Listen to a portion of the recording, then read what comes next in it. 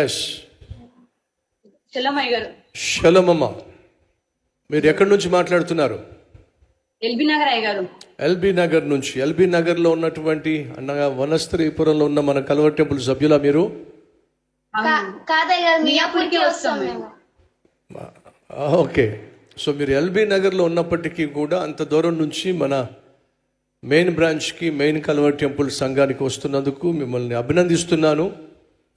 మీలో నాకు ముగ్గురు కనిపిస్తున్నారు స్క్రీన్లో. మీ ముగ్గురు బైబిల్ చదువుతున్నారా? 40 డేస్లో బైబిల్ని పూర్తిగా చదవడానికి నిర్ణయం తీసుకున్నారా? రైట్ అమ్మా. యవన ప్రాయంలో ఉన్న మీరు ఏం చదువుకుంటున్నారు? నేను బిఏఎల్ఎల్బి ఫస్ట్ ఇయర్ అయ్య గారు. ఎక్సలెంట్. నెక్స్ట్? 9th క్లాస్ అయ్య గారు. 9th class. 9th క్లాస్లో ఉన్నటువంటి 14 years ఉన్నటువంటి ఆ చెల్లి బైబిల్ చదువుతున్నామ్మా 40 డేస్లో? Yes. So degree first year, అలాగే 9th class. 14 years, approximately 18 years or 19 years. యవన ప్రాయంలో టీనేజ్లో ఉన్నటువంటి బిడ్డలు బైబిల్ని 40 డేస్లో చదువుతున్నారు. అక్క చెల్లి కలిసి చదువుతున్నారు. అమ్మ తల్లిగా మీరు కూడా చదువుతున్నారా 40 డేస్లో? రైట్ అమ్మా. మీరు ఎవరైనా 40 days ఉపవాసం ఉంటున్నారా?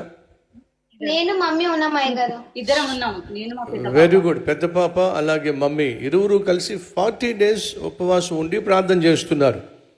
మన జీవిత కాలంలో ఎప్పుడైనా మనం టీనేజ్లో ఉన్నప్పుడు, అంటే 17 సంవత్సరాలు, 18 సంవత్సరాలు లేక 19 సంవత్సరాల వయసు ఉన్నప్పుడు మనలో అసలు ఎంతమంది ప్రార్థన చేసేవాళ్ళు?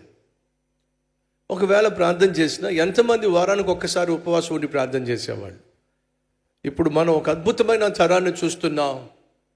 18 years ఉన్నటువంటి ఒక అమ్మాయి 40 days ఉపవాసం ఉండి ప్రార్థన చేస్తుంది. తల్లి కుమార్తె కలిసి ఉపవాసం ఉండి ప్రార్థన చేస్తున్నారు. తల్లి ఇద్దరు కుమార్తెలు కలిసి 40 రోజుల్లో బైబిల్ చదివేస్తున్నారు. ఇది అద్భుతం. ఇది కల్వరి టెంపుల్లో దేవుడు మనకు అనుగ్రహించినటువంటి అద్భుతమైన ఆత్మీయ, శ్రేష్టమైనటువంటి ఆత్మీయత. ఈ ముగ్గురిని అభినందిస్తున్నాను. దేవుడు వారు చేస్తున్న ప్రార్థనలు ఆలకించాలి. యవ్వన ప్రాయంలో ప్రభువును ప్రేమించి ప్రభు వాక్యాన్ని ధ్యానించే బిడ్డలను నేను బహుగా దీవించాలని ఆశపడుతున్నాను. నెక్స్ట్ ఫ్యామిలీని